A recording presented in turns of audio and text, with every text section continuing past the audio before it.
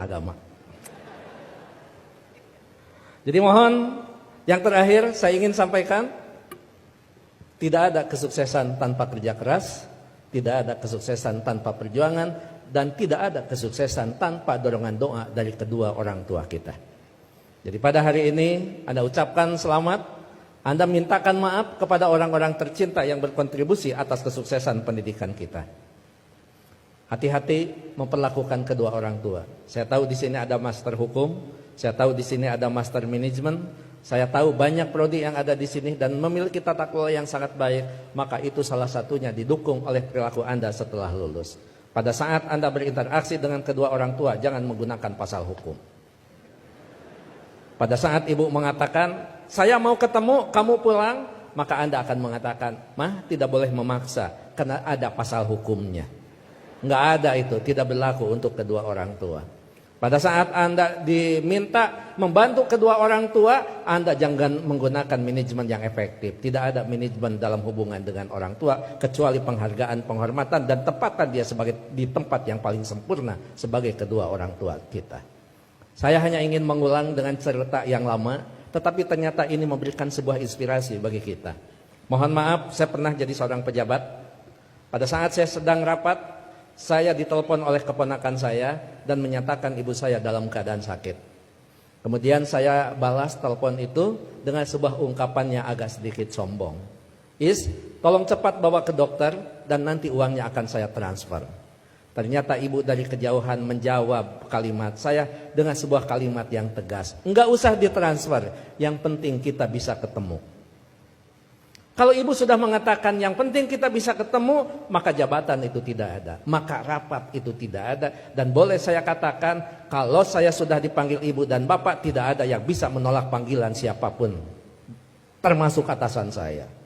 Kalau itu ibu dan bapak yang memanggil, kena yakin, kalaupun saya bisa memberikan sebuah alasan, Pak mohon maaf ibu saya dalam keadaan sakit, maka atasan saya akan memahami semua, karena mereka juga pernah dibesarkan dan memiliki rasa hormat kepada kedua orang tuanya.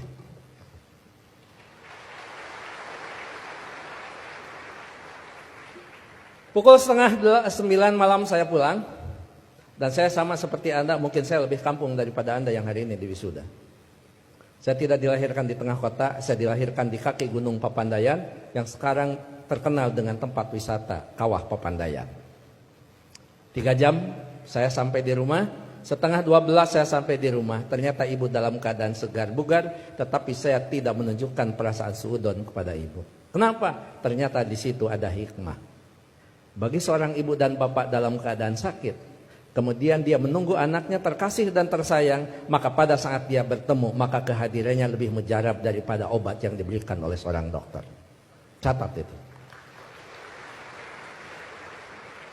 Ibu tidak hanya menunjukkan segar dan bugar, tapi ibu juga tetap memperhatikan kesukaan makanan anaknya.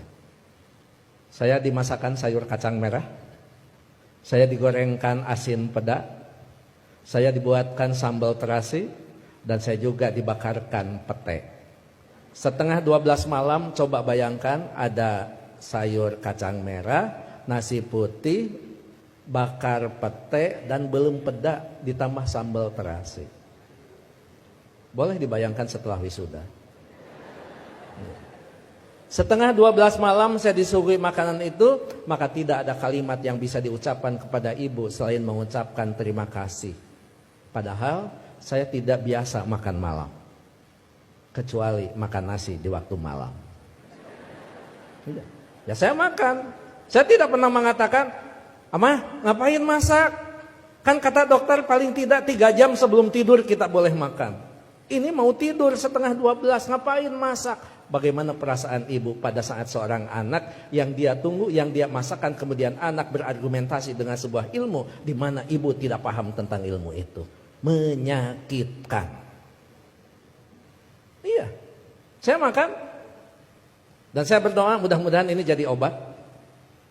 Begitu saya lirik dari sudut mata saya, ibu kelihatan bahagia. Kenapa? Makanan yang dia pasak itu betul-betul dimakan oleh anaknya.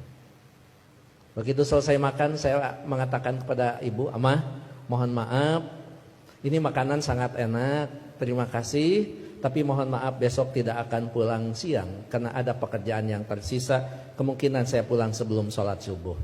Ibu dengan bijak mengatakan, enggak apa-apa. Yang penting kita sudah ketemu. Sok istirahat. Saya sambil dituntun dibawa ke kamar. Setelah di kamar saya diselimuti. Ibu lupa kalau anaknya adalah seorang profesor. Ayo tepuk tangan. Itulah ibu. Jadi Anda mohon maaf baru juga ahli madya ya. Ahli madya, ibu mau nyelimutin. Ngapain? Ini baru di wisuda. Ada yang lebih tinggi lagi. Masa mah disimutin? Ini tekan sarjana. Nggak ada di depan orang tua itu. Jangankan ahli madya, sarjana, master, doktor, seorang profesor di hadapan ibu, di hadapan bapak, tetap kita adalah seorang anak yang perlu menghormati mereka.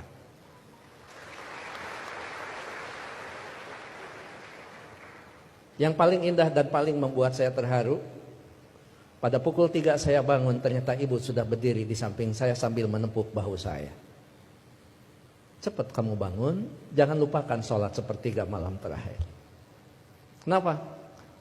Kamu bisa mendapatkan yang semua ini bukan karena kepintaran kamu, jangan-jangan bukan karena kecerdasan kamu, mungkin keberuntungan doa kita dikabulkan oleh Allah Subhanahu wa Ta'ala.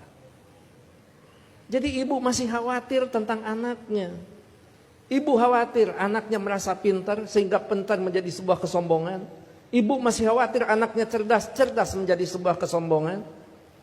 Bahkan melupakan siapa yang menentukan takdir segalanya pada kehidupan kita. Itu pada profesor itu. Jadi tolong ibu bapak sebagai orang tua, anak kita hari ini di wisuda, tetap mereka adalah anak kita yang perlu kita luruskan pada saat mereka terlempar dari jalan yang memang ditentukan. Perlu diberikan peringatan, tapi tentu sekarang ini ada kaidah-kaidah yang beda dengan zaman dulu.